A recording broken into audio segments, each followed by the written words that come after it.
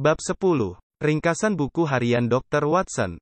Sejauh ini aku bisa mengutip laporan-laporan yang kusampaikan selama beberapa hari pertama kepada Sherlock Holmes.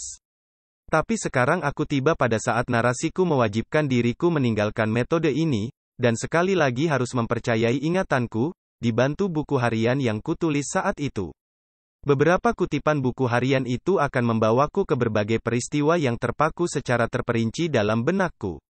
Jadi kulanjutkan ceritaku, mulai dari pagi hari setelah kegagalan kami menangkap si narapidana dan pengalaman aneh kami yang lain di rawa-rawa. Tanggal 16 Oktober, hari yang kelabu dan berkabut diiringi hujan gerimis.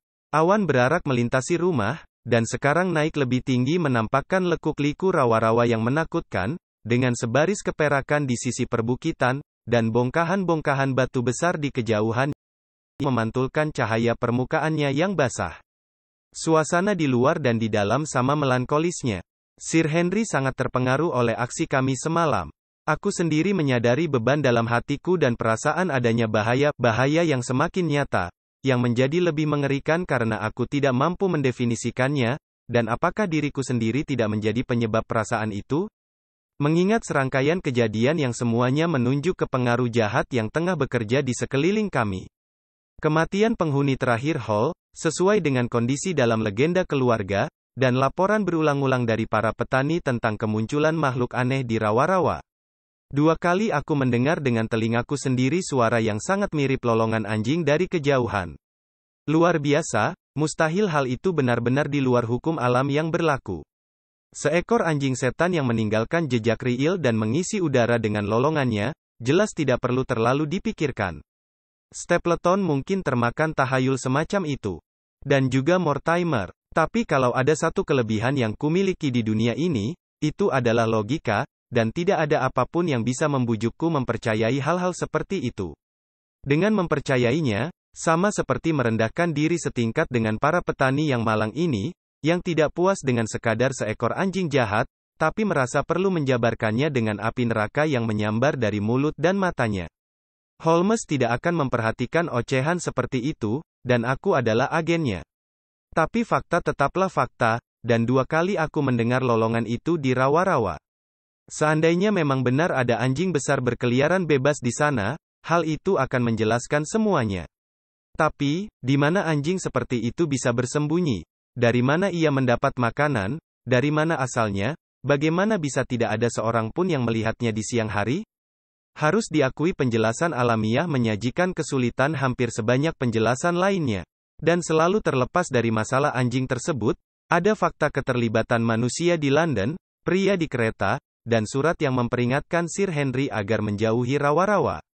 Paling tidak yang terakhir ini nyata, tapi mungkin itu pekerjaan seorang teman yang berusaha melindungi, sebagaimana juga mungkin pekerjaan seorang musuh. Di mana teman atau musuh itu sekarang? Apa ia masih tetap berada di London, atau sudah mengikuti kami kemari?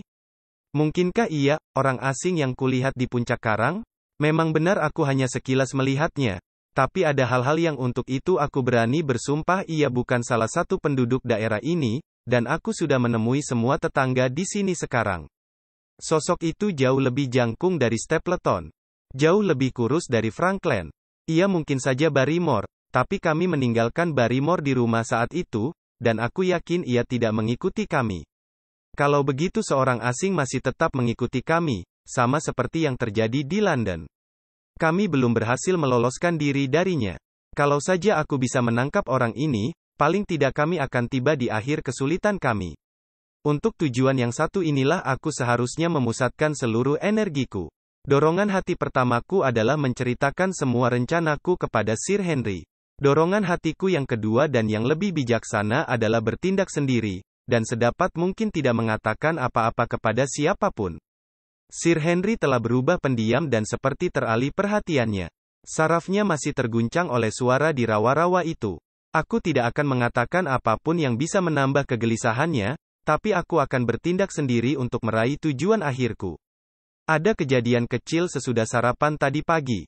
Barrymore meminta waktu untuk berbicara 4 mata dengan Sir Henry.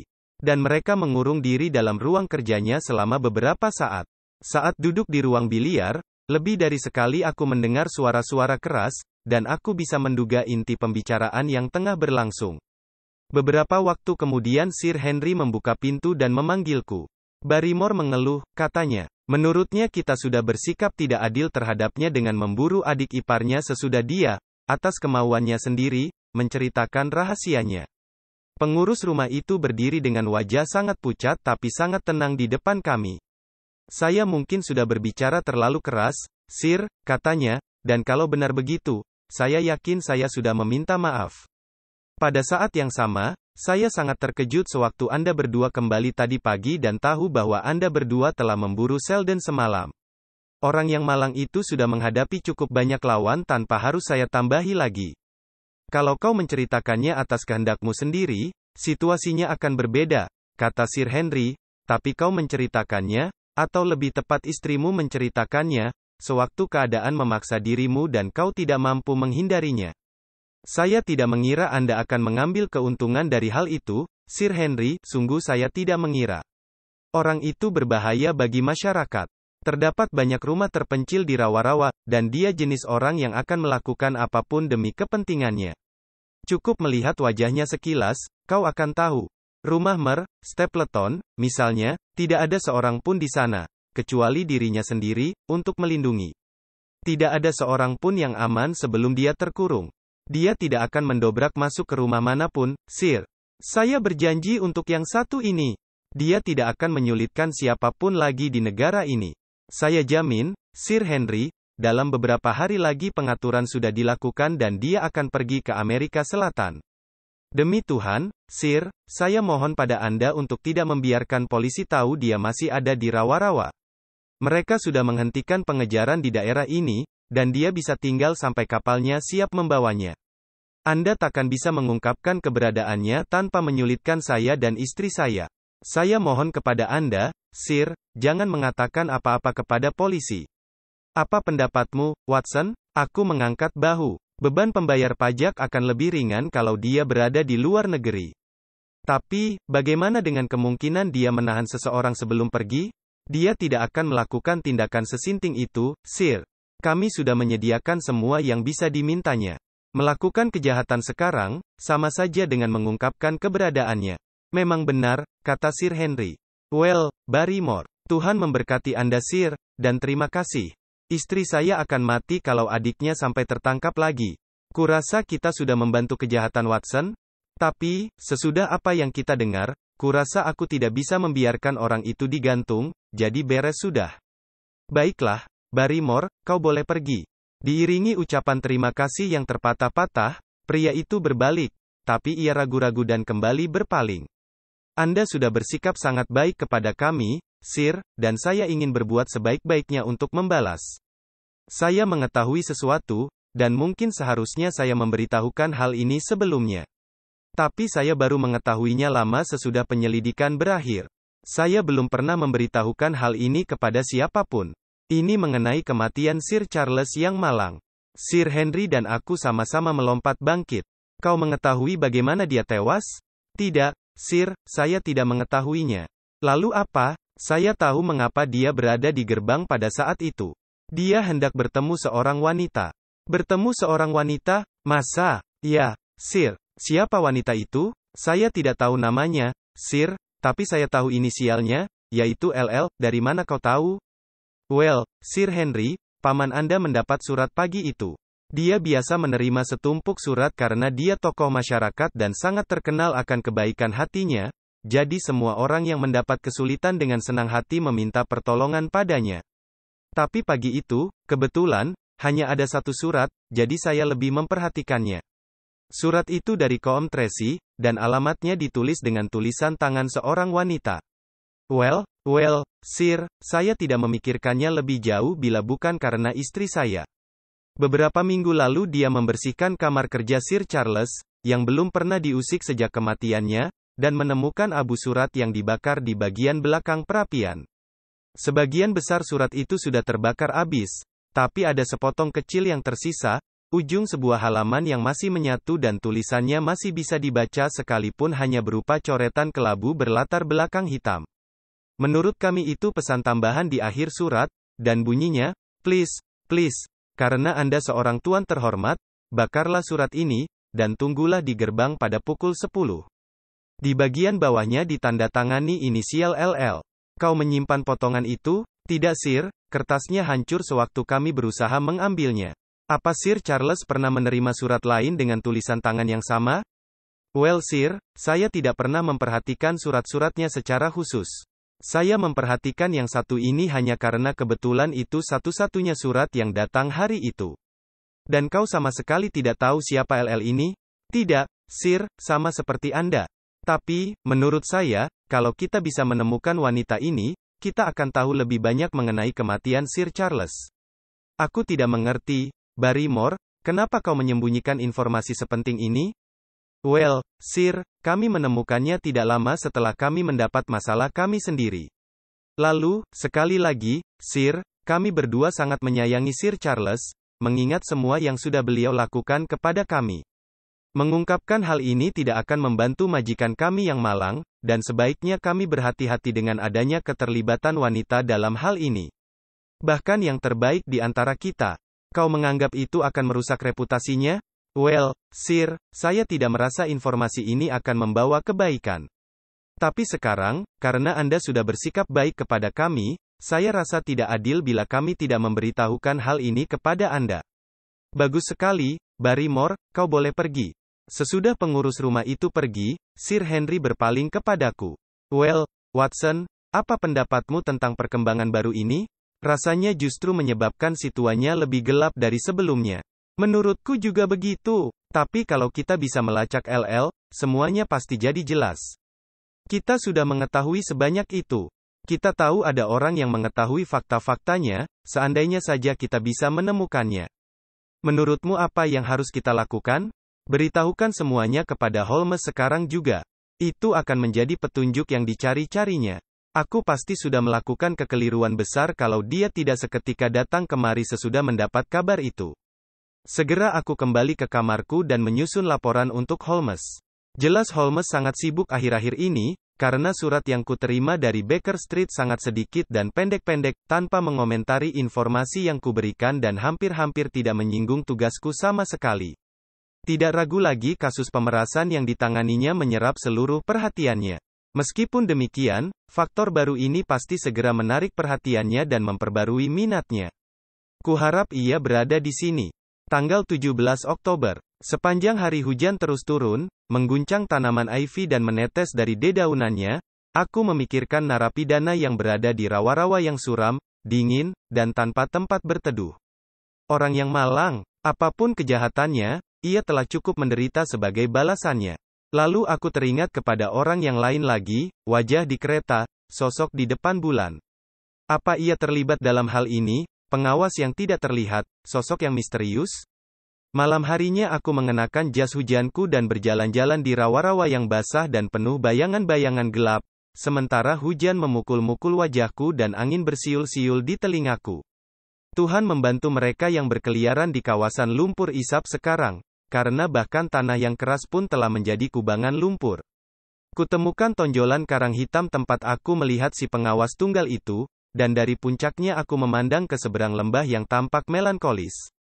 Hujan melolong melintasi permukaannya dan awan mendung yang tebal menjuntai rendah di atasnya, memanjang hingga ke sisi bukit yang fantastis. Di kejauhan di sebelah kiri, agak tersembunyi oleh kabut kedua menara kurus Baskerville Hall menjulang mengatasi pepohonan. Keduanya merupakan satu-satunya tanda kehadiran manusia yang bisa kulihat, di samping gubuk-gubuk prasejarah yang bertebaran di lereng-lereng bukit. Tidak ada jejak pria misterius yang kulihat di tempat ini 2 malam yang lalu. Saat berjalan pulang, aku berpapasan dengan Dr. Mortimer yang tengah berkereta melewati jalan setapak rawa-rawa yang berasal dari tanah pertanian Foul Mire. Ia penuh perhatian terhadap kami, dan hampir tidak ada hari berlalu tanpa kehadirannya di hall untuk mengetahui keadaan kami. Ia bersikeras memintaku naik ke kereta, dan mengantarku pulang. Ternyata ia tengah gelisah memikirkan hilangnya anjing Spaniel kecilnya.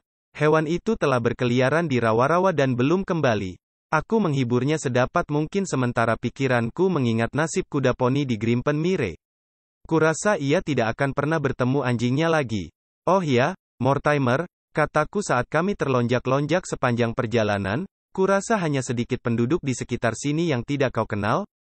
Kurasa malah tidak ada. Kalau begitu, tahukah kau wanita yang berinisial LL? Ia memikirkannya selama beberapa menit.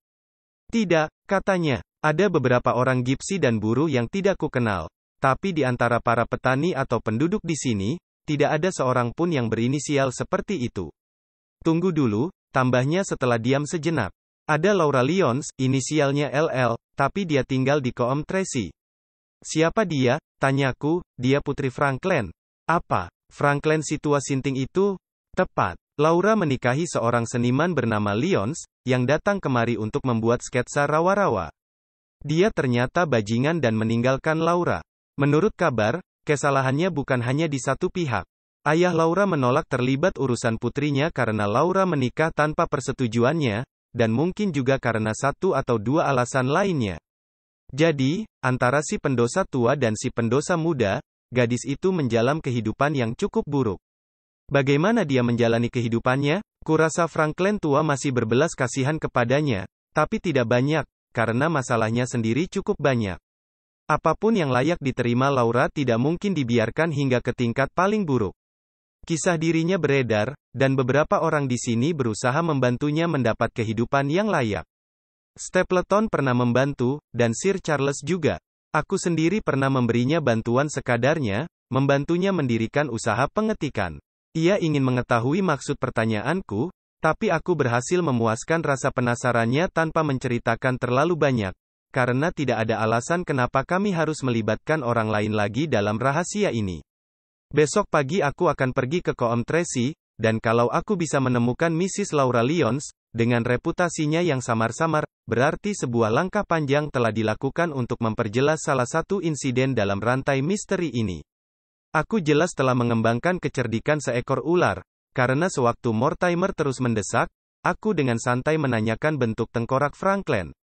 Jadi sepanjang sisa perjalanan, aku hanya mendengarkan uraian tentang ilmu tengkorak.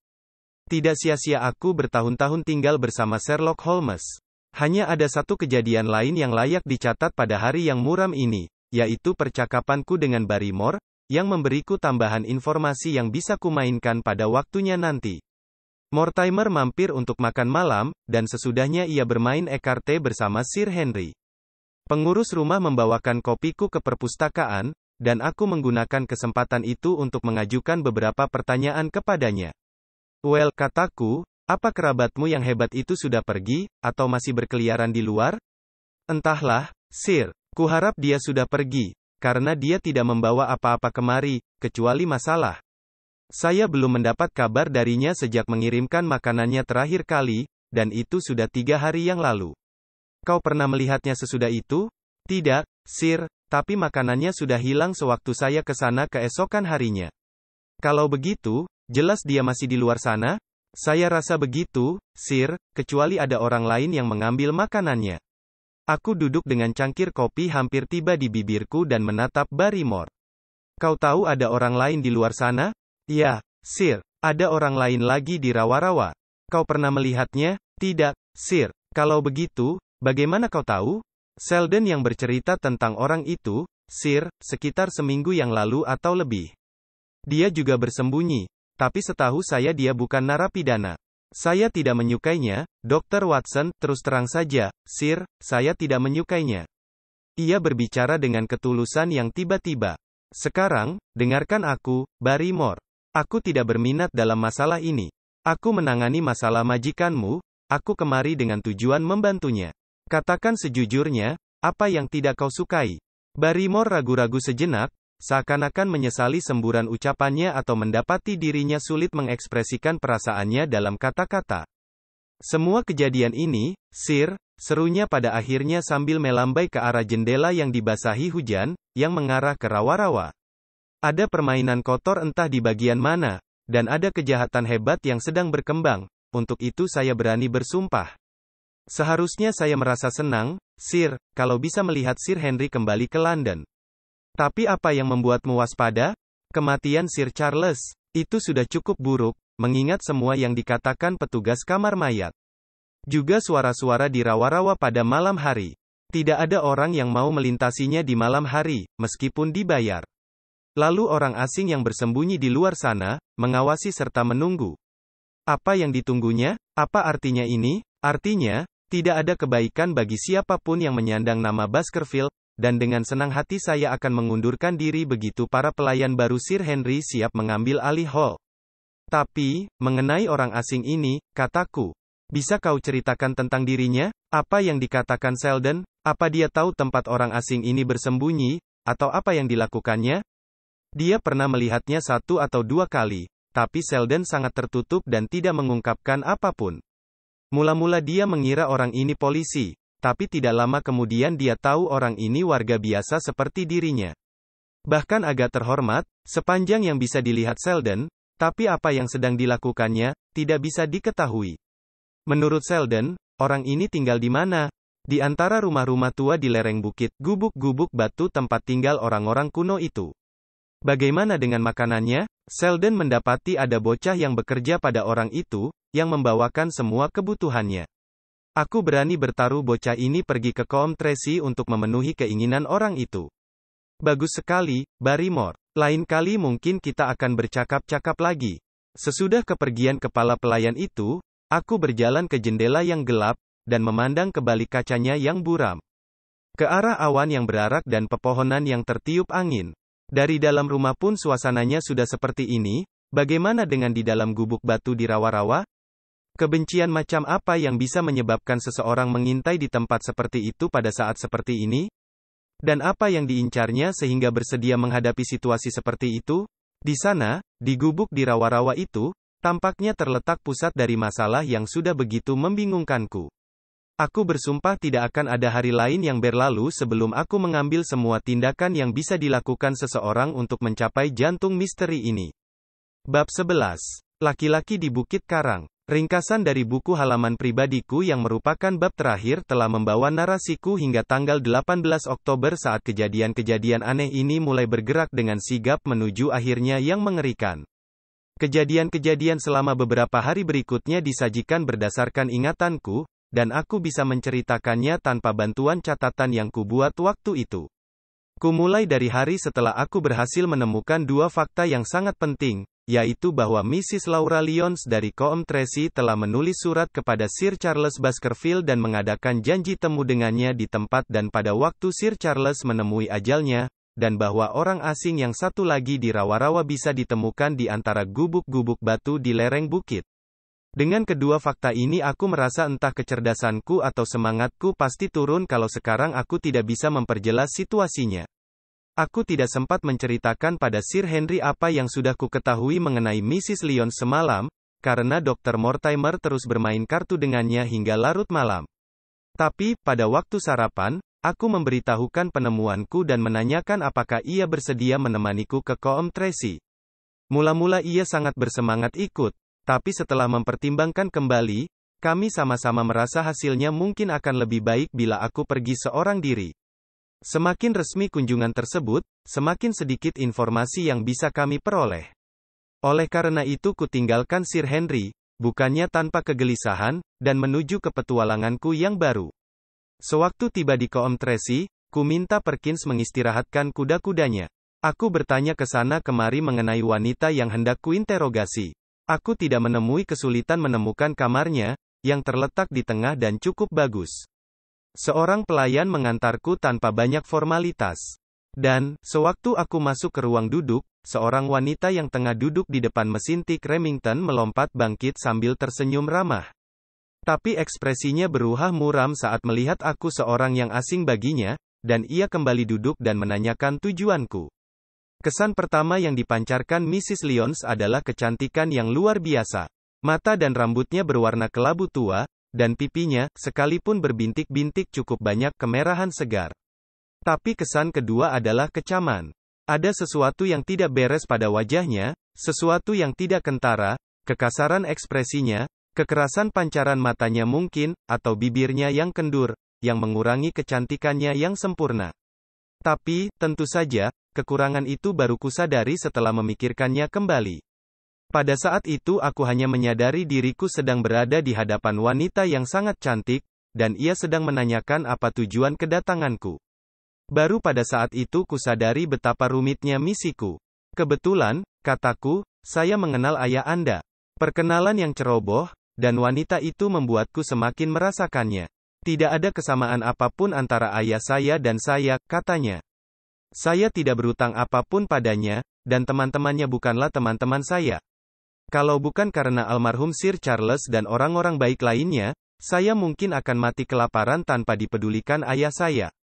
Saya kemari justru karena almarhum Sir Charles Baskerville.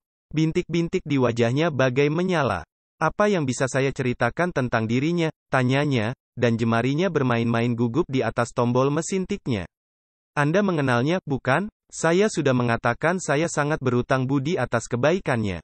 Kalau saya bisa memenuhi kebutuhan saya, itu sebagian besar karena bantuannya. Apa Anda bersurat-suratan dengannya? Wanita itu seketika menengadah dengan pancaran kemarahan di matanya. Apa maksud pertanyaan itu? Tanyanya tajam. Tujuannya adalah untuk menghindari skandal.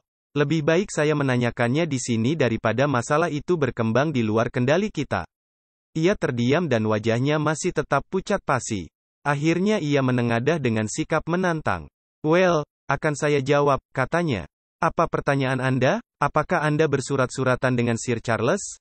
Saya jelas pernah menulis 1 atau 2 kali untuk mengucapkan terima kasih atas kebaikan dan kedermawanannya. Apa Anda mengingat tanggal surat-surat itu? Tidak. Anda pernah bertemu dengannya? Ya, 1 atau 2 kali, sewaktu dia datang ke Coombe Tracey.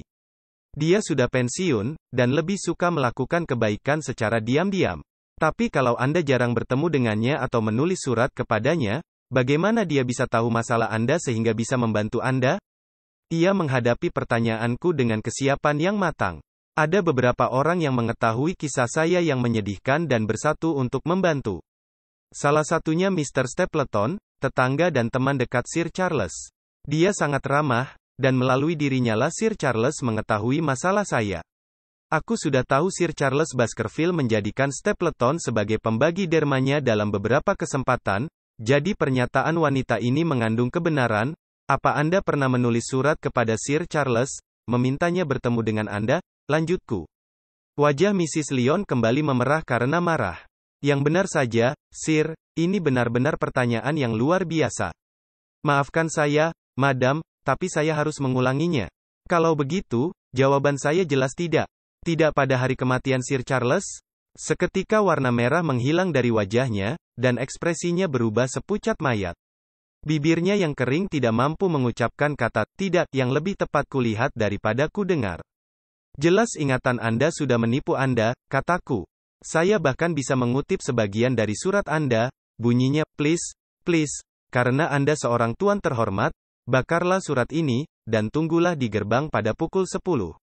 Kukira ia jatuh pingsan, tapi ia berhasil pulih dengan susah payah.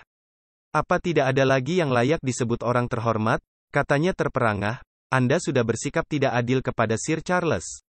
Dia memang membakar surat itu. Tapi terkadang sebuah surat masih bisa dibaca sekalipun sudah dibakar. Jadi Anda mengakui telah menulis surat itu? Ya, saya memang menulisnya, serunya, mengobrol emosinya dengan serangkaian kata-kata. Saya yang menulisnya. Kenapa saya harus mengingkarinya? Saya tidak memiliki alasan untuk merasa malu karenanya.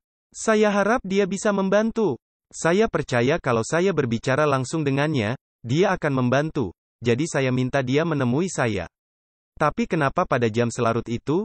Karena saya baru tahu dia akan pergi ke London keesokan harinya dan mungkin tidak akan kembali selama berbulan-bulan. Ada alasan kenapa saya tidak bisa ke sana lebih awal. Tapi kenapa bertemu di kebun dan bukannya di rumah? Anda kira seorang wanita bisa berkunjung ke rumah seorang bujangan sendirian pada jam selarut itu?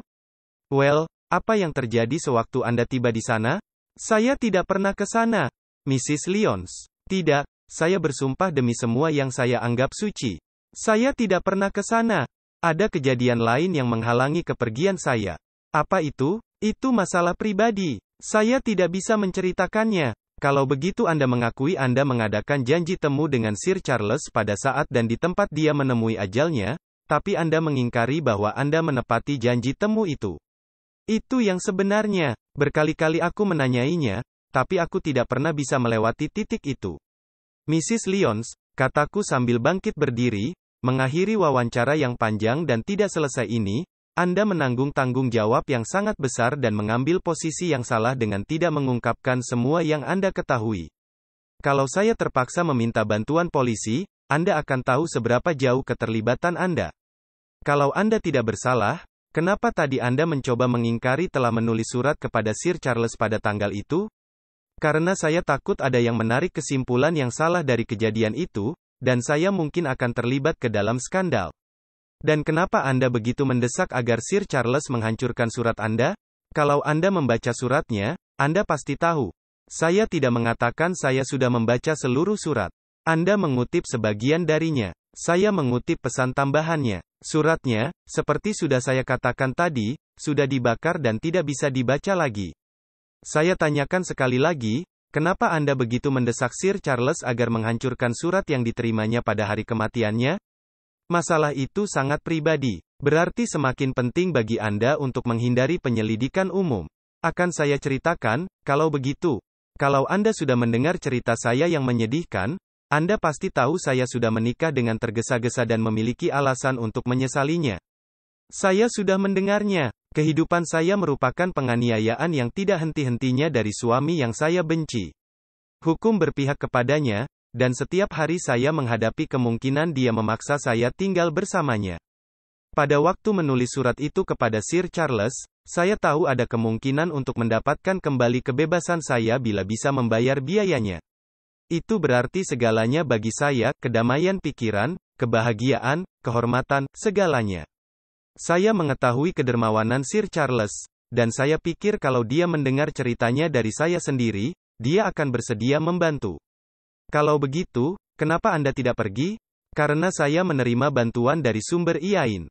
Lalu kenapa Anda tidak menulis surat kepada Sir Charles dan menjelaskannya? Saya pasti berbuat begitu seandainya tidak membaca berita kematiannya di koran keesokan harinya. Cerita wanita itu terasa masuk akal, dan semua pertanyaanku tidak mampu mengguncangnya. Aku hanya bisa memastikannya dengan memeriksa apakah ia memang benar mengajukan perceraian kepada suaminya pada saat atau sekitar saat tragedi itu. Kecil kemungkinan ia berani berbohong tentang pembatalan kedatangannya ke Baskerville Hall, karena jelas ia memerlukan kereta untuk sampai ke sana, dan tidak akan bisa kembali ke Coombe Tracey sebelum dini hari. Perjalanan seperti itu tidak bisa dirahasiakan. Oleh karena itu, kemungkinannya ia sudah berbicara jujur.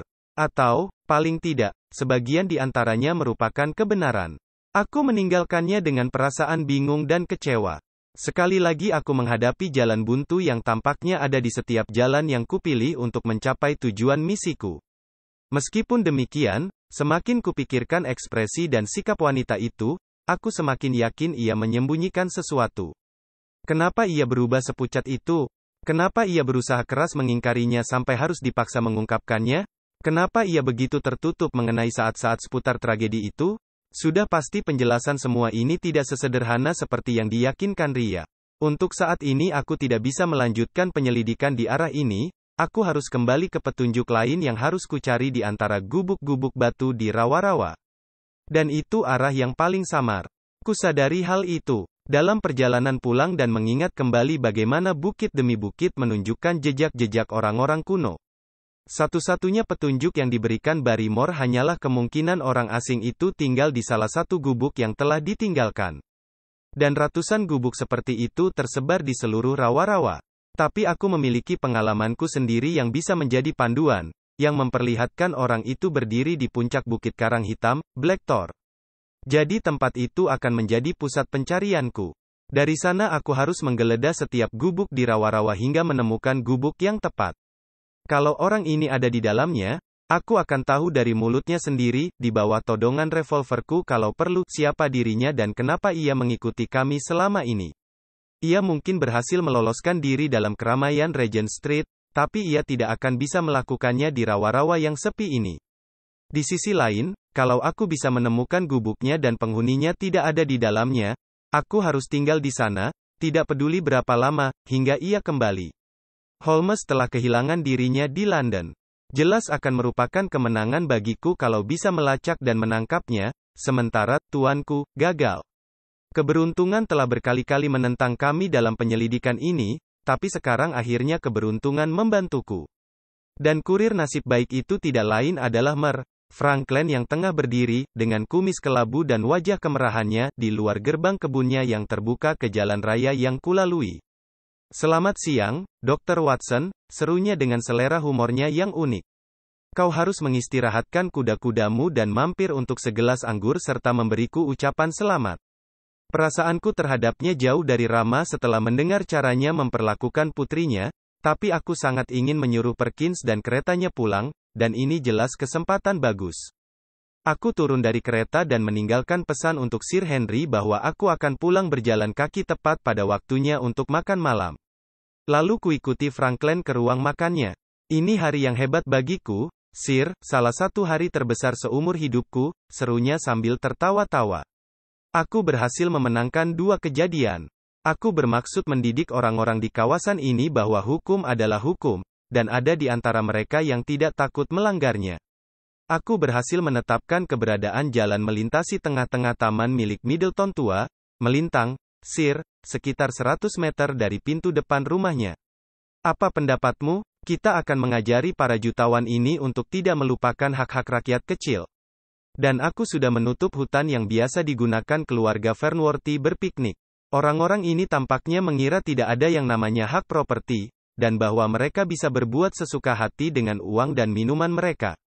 Kedua kasus sudah diputuskan, Dr. Watson, dan keduanya ku menangkan. Aku belum pernah mengalami hari seperti ini sejak berhasil mengalahkan Sir John Morland dengan tuntutan melanggar batas karena dia berburu di padangnya sendiri. Bagaimana caramu melakukannya? Carilah di buku-buku, Sir. Ada gunanya untuk dibaca. Franklin melawan Morland, Pengadilan Queen's Bench.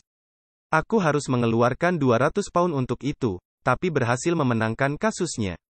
Adakah gunanya bagimu? Tidak ada, Sir, tidak ada.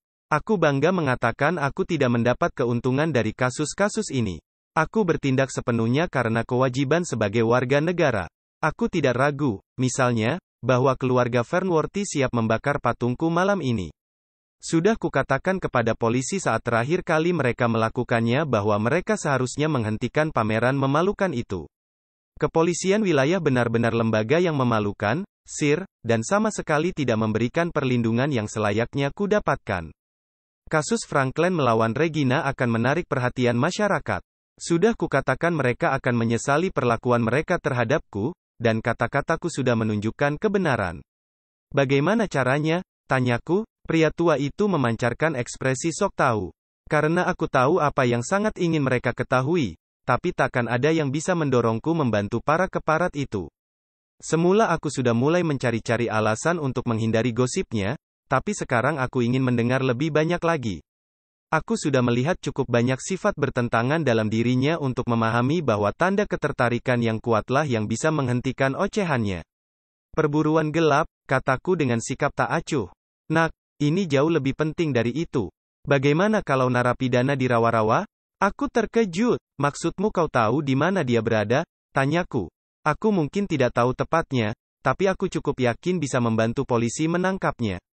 Pernahkah terlintas dalam benakmu bahwa cara menangkap orang itu adalah dengan mengetahui dari mana dia mendapatkan makanannya dan lalu melacaknya? Ia jelas tampak semakin tidak nyaman saat mendekati kebenaran. "Tidak ragu lagi," kataku. "Tapi dari mana kau tahu dia berada di rawa-rawa?" "Aku tahu karena aku sudah melihat dengan mata kepalaku sendiri orang yang mengantarkan makanannya." Aku seketika mengkhawatirkan Barrymore. Masalahnya bisa gawat bila jatuh ke tangan orang tua sok sibuk ini. Tapi komentarnya yang berikut mengangkat beban dari benakku. "Kau akan terkejut kalau tahu makanannya diantar oleh seorang anak. Aku melihat bocah itu setiap hari melalui teleskopku di atap. Dia melewati jalan yang sama pada jam yang sama, dan kepada siapa dia mengirimkannya kalau bukan kepada narapidana itu? Ini yang namanya keberuntungan." Namun aku berusaha keras tidak menunjukkan ketertarikanku. "Seorang anak." Barrymore pernah mengatakan bahwa orang asing di Bukit Karang mendapat pasokan dari anak laki-laki. Franklin tanpa sengaja menemukan jejak orang asing itu, bukan jejak si narapidana. Kalau aku bisa mendapatkan informasi tentangnya, mungkin aku tidak perlu bersusah payah mencari-cari. Tapi ketakacuhan dan ketidakpedulian adalah kartu terbaikku. Menurutku lebih mungkin itu putra salah satu penggembala di rawa-rawa yang mengirimkan makan malam untuk ayahnya. Bantahanku bagai menamparkan wajah aristokrat tua itu. Matanya memandangku kejam, dan kumisnya yang beruban bergerak-gerak bagai kumis kucing yang marah. Yang benar saja, Sir, katanya sambil menunjuk ke arah rawa-rawa yang terbentang luas. Kau lihat Black Tor di sana itu? Lalu kau lihat bukit rendah di baliknya yang dipenuhi semak duri? Itu kawasan paling berbatu-batu di seluruh rawa-rawa. Menurutmu ada penggembala yang menggembalakan ternaknya di tempat itu? Pendapatmu, Sir, konyol sekali. Dengan merendahkan diri ku jawab aku telah berbicara tanpa mengetahui semua faktanya. Sikapku membuatnya senang dan menyebabkan ia melanjutkan celotehnya. Kau boleh yakin, Sir, aku memiliki dasar yang kuat sebelum menyusun pendapat itu. Aku sudah melihat bocah itu berulang-ulang membawa buntalannya. Setiap hari, dan terkadang 2 kali sehari. Aku bisa tunggu sebentar, Dr. Watson. Apa mataku sudah menipuku, atau memang ada gerakan di lereng bukit di sebelah sana itu? Lereng itu beberapa mil jauhnya, tapi aku bisa melihat dengan jelas bintik hitam kecil di permukaannya yang hijau dan kelabu pudar.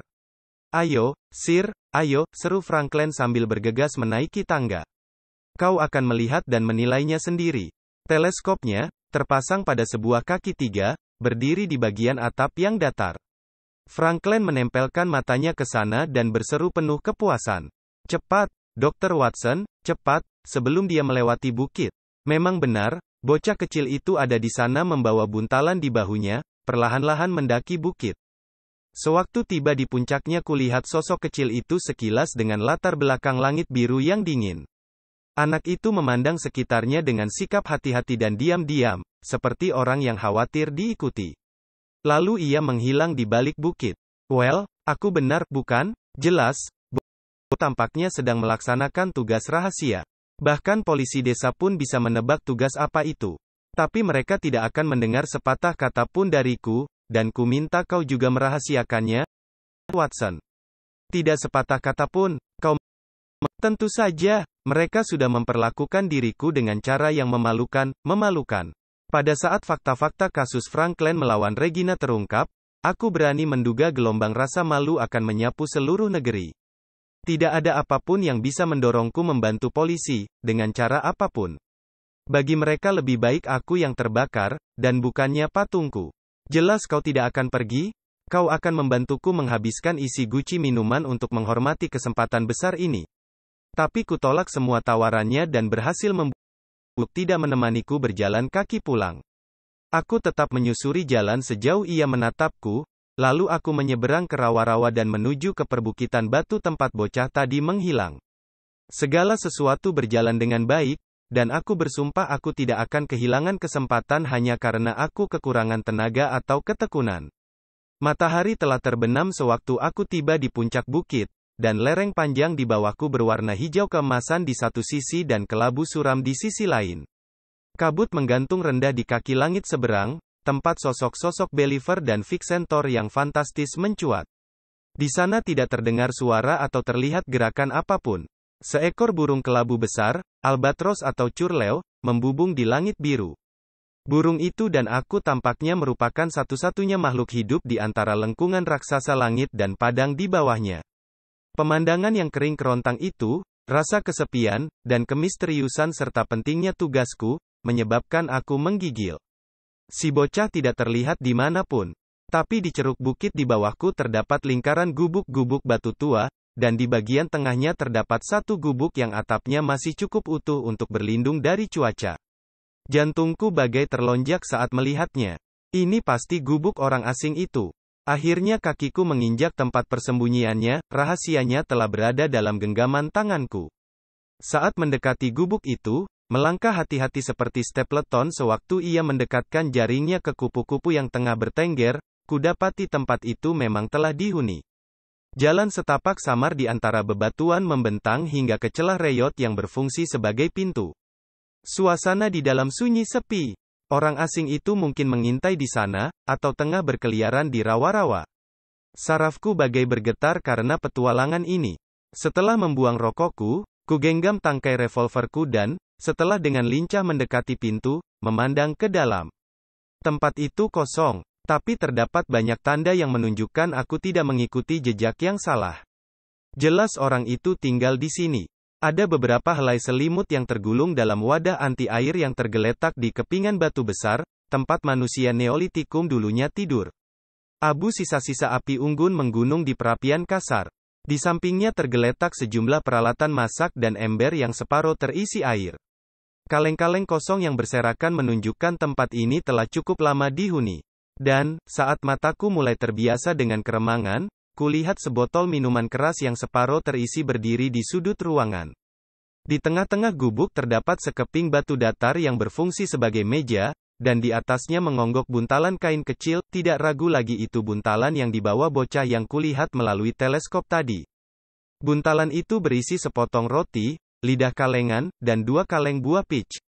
Saat meletakkannya kembali sesudah memeriksanya, jantungku terlonjak menemukan sehelai kertas di bawahnya yang berisi tulisan.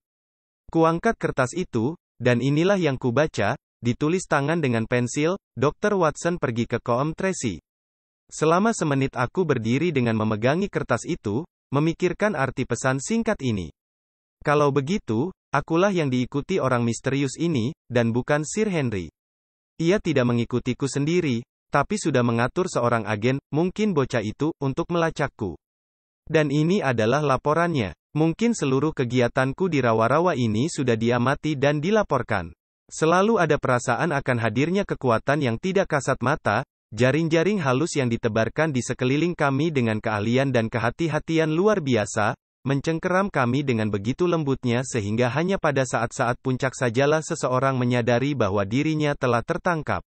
Kalau ada satu laporan, mungkin ada laporan lain, jadi aku mencari-cari dalam gubuk itu. Tapi tidak ada laporan lain, dan aku juga tidak menemukan tanda-tanda apapun yang mungkin menunjukkan karakter atau niat orang yang menghuni tempat yang aneh ini, kecuali ia memiliki kebiasaan yang sangat sedikit dan tidak memedulikan kenyamanan hidup. Sewaktu memikirkan hujan lebat dan menengadah memandang atap yang ternganga, kusadari betapa kuat dan tidak tergoyahkannya tujuan yang telah menahan orang ini di gubuk yang tidak ramah ini. Apakah ia musuh kami, atau kebetulan ia justru malaikat pelindung kami? Aku bersumpah tidak meninggalkan tempat ini sebelum mengetahuinya. Di luar matahari terus terbenam semakin rendah dan kaki langit barat berwarna kemerahan dan keemasan. Cahayanya terpantul kembali oleh kubangan-kubangan lumpur di tengah-tengah Grimpen Mire. Dari tempat ini tampak kedua menara Baskerville Hall, dan juga asap samar di kejauhan yang menandakan desa Grimpen. Di antara keduanya, di balik bukit, terletak rumah keluarga Stapleton. Suasananya terasa sendu dan damai di bawah cahaya keemasan senja, namun saat memandangnya, jiwaku tidak merasakan kedamaian alam, melainkan justru kengerian akan wawancara yang sebentar lagi akan berlangsung. Dengan saraf gemetar tapi tekad bulat, aku duduk dalam kegelapan gubuk dan menunggu dengan sabar kepulangan penghuninya. Pada akhirnya ku dengar kedatangannya. Dari kejauhan terdengar dentingan tajam sepatu bot menghantam kerikil. Lalu lagi dan lagi, semakin lama semakin dekat. Aku menyurut ke sudut yang paling gelap dan mengokang pistol di sakuku, membulatkan tekad untuk tidak menunjukkan diri sampai mendapat kesempatan memperhatikan orang asing itu. Timbul kesunyian yang cukup lama, yang menunjukkan orang asing itu berhenti. Lalu sekali lagi terdengar suara langkah kaki mendekat disusul bayang-bayang jatuh melewati ambang pintu gubuk. Malam yang indah, Watson, kata seseorang yang sangat ku kenal.